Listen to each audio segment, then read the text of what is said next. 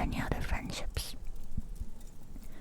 While Aphelios was sent on increasingly dangerous missions to protect the Lunari, Alun trained separately as a seer, using her luminous magic to reveal hidden pathways and truths by the moon's light.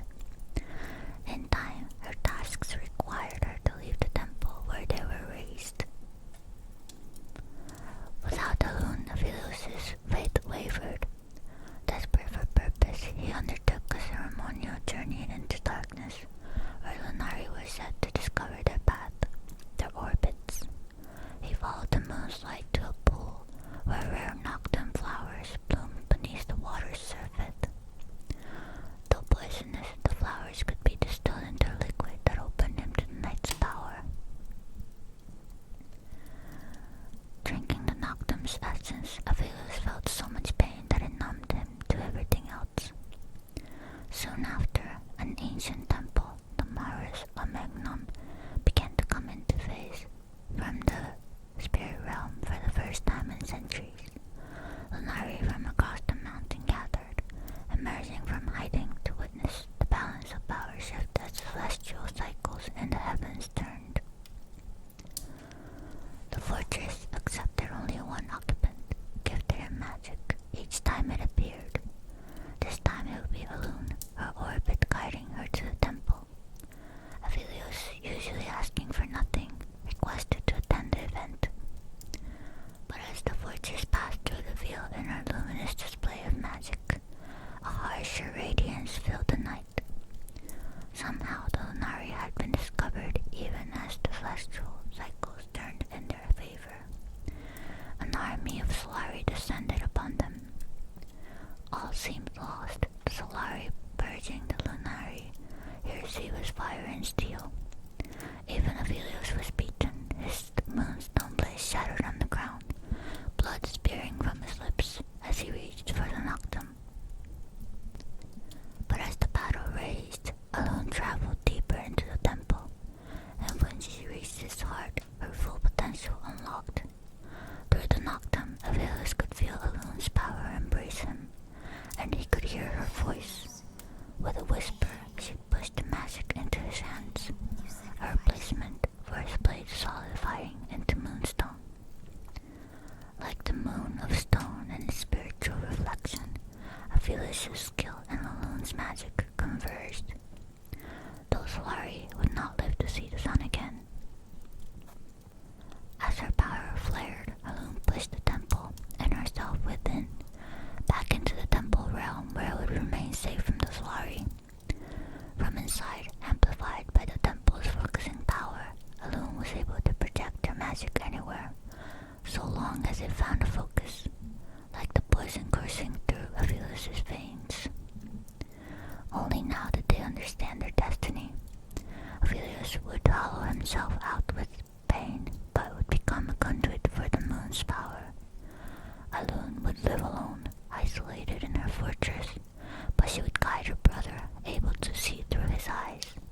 Together they'll be the weapon the Lunari needed, bound by pain and sacrifice. Only apart could they be together, their souls brushing across the veil, distant yet impossibly close, converging into something they could not understand. To protect the survivors of the attack, who retreated back into the shadows of the mountain, Aphelios' training as an assassin has been given reach by Alun's magic. His blade is now an arsenal of mystical weapons, perfected by Alun over the course of many missions together. Now that the power balance of Targan is shifting, and the Solari know the Lunari will still endure, Aphelios and Alun are needed more than ever.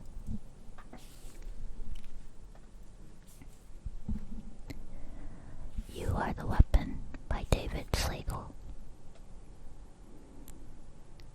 He started his training with a single breath, in and out. He could hear water dripping through a crack in the cave ceiling, dampening the stone floor until it gleamed against the darkness.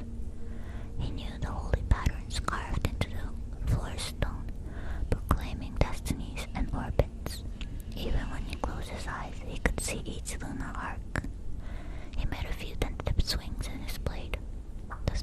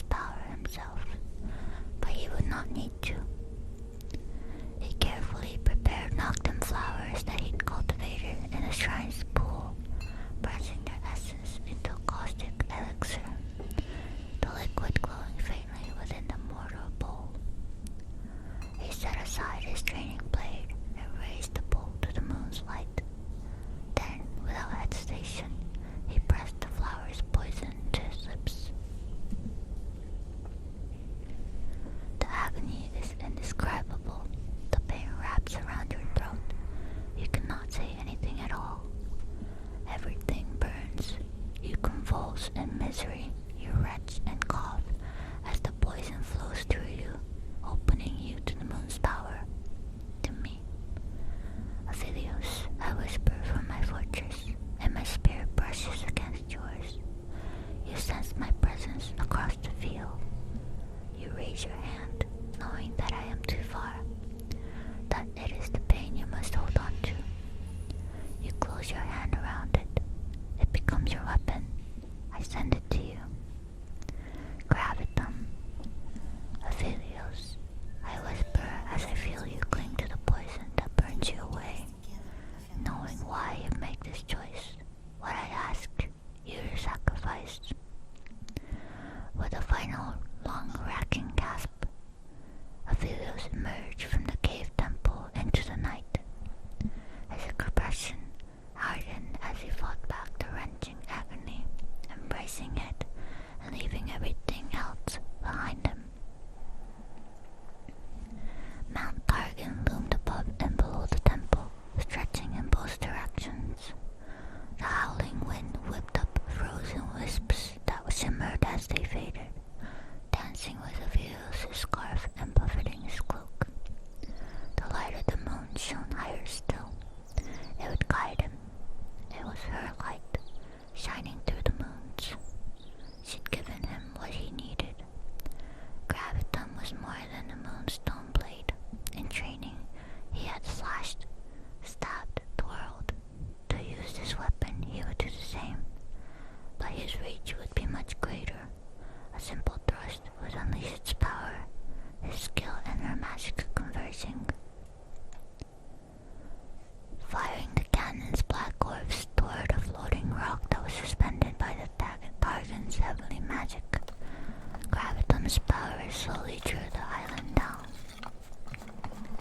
With a single leap, Aphelios began running atop the island, his boots casting small drifts of snow into the abyss.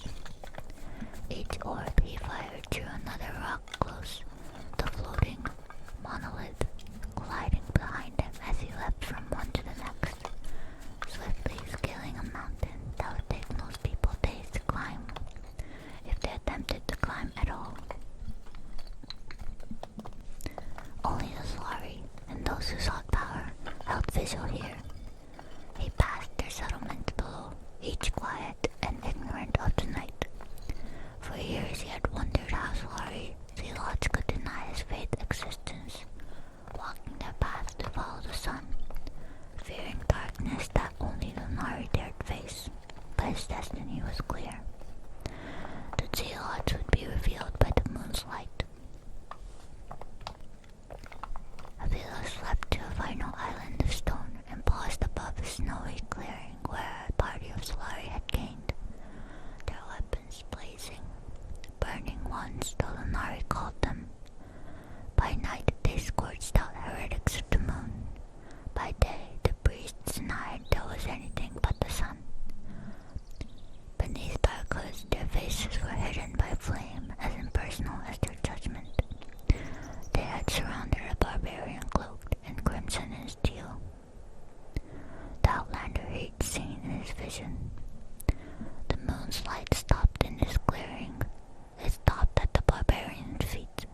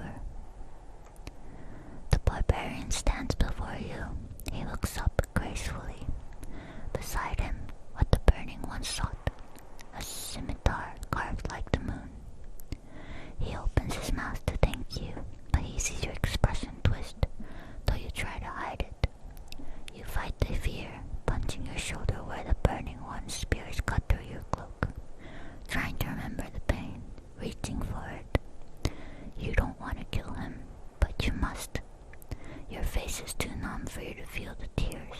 Instead, you feel mine.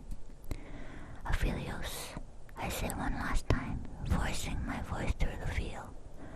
There is a dizzying rush as our orbits bring us together. Through your eyes, I see what moonlight reveals around the scimitar, why it was abandoned. She is running. We must find her. The crimson-clad barbarian lay in the snow among the Solari. With a gasp, Aphelios fell to his knees.